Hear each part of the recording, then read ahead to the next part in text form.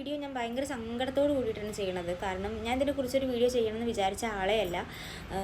പക്ഷേ എന്തോ ഞാനൊരു അമ്മയാണ്, ഒരു ഭാര്യയാണ്, മരുമകളാണ്, മകളാണ്, ഇതൊക്കെയാണ്. അപ്പം പല അനുഭവങ്ങളിലൂടെ കടന്നു പോണ ഒരാളാണ്. അപ്പം എനിക്ക് എന്തെങ്കിലുമൊക്കെ കുറച്ച് കാര്യങ്ങൾ പറയണമെന്ന് തോന്നി. പറഞ്ഞാലും കാര്യമുണ്ടോയെന്ന് അറിയില്ല. കാരണം നമ്മുടെ സമൂഹത്തിൽ ഓരോ കാര്യങ്ങളും ആവർത്തിച്ചു കൊണ്ടിരിക്കുകയാണ്.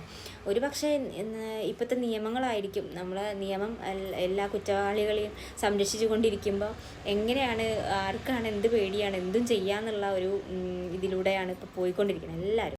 അപ്പോൾ കഴിഞ്ഞ ദിവസം കല്യാണീൻ്റെ അച്ഛനും പാപ്പന്മാരും അച്ഛമ്മയും ഒക്കെ ഒരേ ഇതിൽ പറയുന്നത് എന്താണ്, കല്യാണീൻ്റെ അമ്മേൻ്റെ കുറ്റങ്ങളാണ് പറയുന്നത്.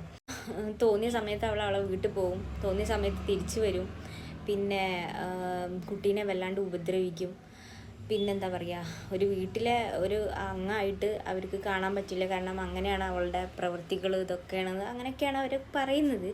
അപ്പോൾ അതൊക്കെ നമ്മൾ വിശ്വസിച്ചിരുന്നു, ഞാനും വിശ്വസിച്ചിരുന്നു, എന്നെപ്പോലെ എല്ലാവരും വിശ്വസിച്ചിട്ടുണ്ടാവും. കാരണം ഇങ്ങനെ ഒരു പ്രവൃത്തി ചെയ്ത സ്ത്രീ അങ്ങനെ തന്നെ ആയിരിക്കുമെന്ന് നമ്മൾ വിചാരിക്കും. അപ്പോൾ ആ സ്ത്രീ കടന്നു പോയിട്ടുള്ള മാനസിക പ്രശ്നങ്ങൾ എന്തൊക്കെയാണെന്നുള്ളത് ഇപ്പം നമുക്ക് ഊഹിക്കാം. സ്വന്തം മകള് സ്വന്തം ഭർത്താവിൻ്റെ അനിയനാൽ പീഡിപ്പിക്കപ്പെടുമ്പോൾ അത് കണ്ടു നിൽക്കേണ്ടി വരുന്ന ഒരമ്മ. ഇനിയിപ്പോൾ പോട്ടെ, എനിക്ക് തോന്നുന്നത് ഈ മകൾ മാത്രമായിരിക്കില്ല, ഈ സ്ത്രീയും ഈ കല്യാണീൻ്റെ അമ്മയും ഇതിനിരയായിട്ടുണ്ടാവും.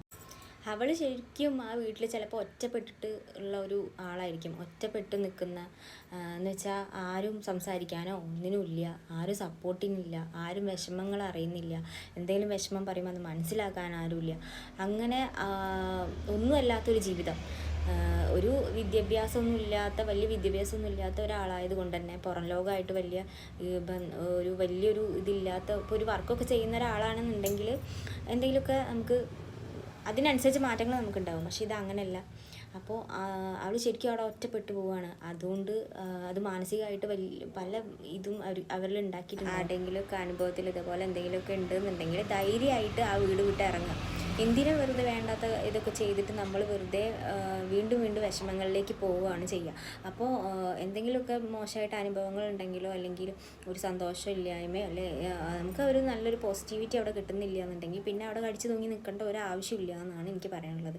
വഴികൾ അവിടെ വിട്ട് ഇറങ്ങിയാൽ നമുക്ക് പലതും തെളിഞ്ഞു വരും. അപ്പോൾ അത്രയും സ്ട്രോങ് ആക്കി എടുക്കുക മൈൻഡിനെ. നമ്മൾ ഒരു ബുദ്ധിമുട്ടുകൾ വരുമ്പോൾ കരഞ്ഞ് തളർന്നിരിക്കാണ്ട് ഓരോ ബുദ്ധിമുട്ടുകളും വരുമ്പോൾ അത് ഫേസ് ചെയ്ത് നമ്മളെ മനസ്സിനെ കല്ലാക്കി മാറ്റുക. അപ്പോൾ എന്തും ഫേസ് ചെയ്യാനുള്ളൊരു ഇതുണ്ടാവും എന്നാണ് എനിക്ക് പറയാനുള്ളത്.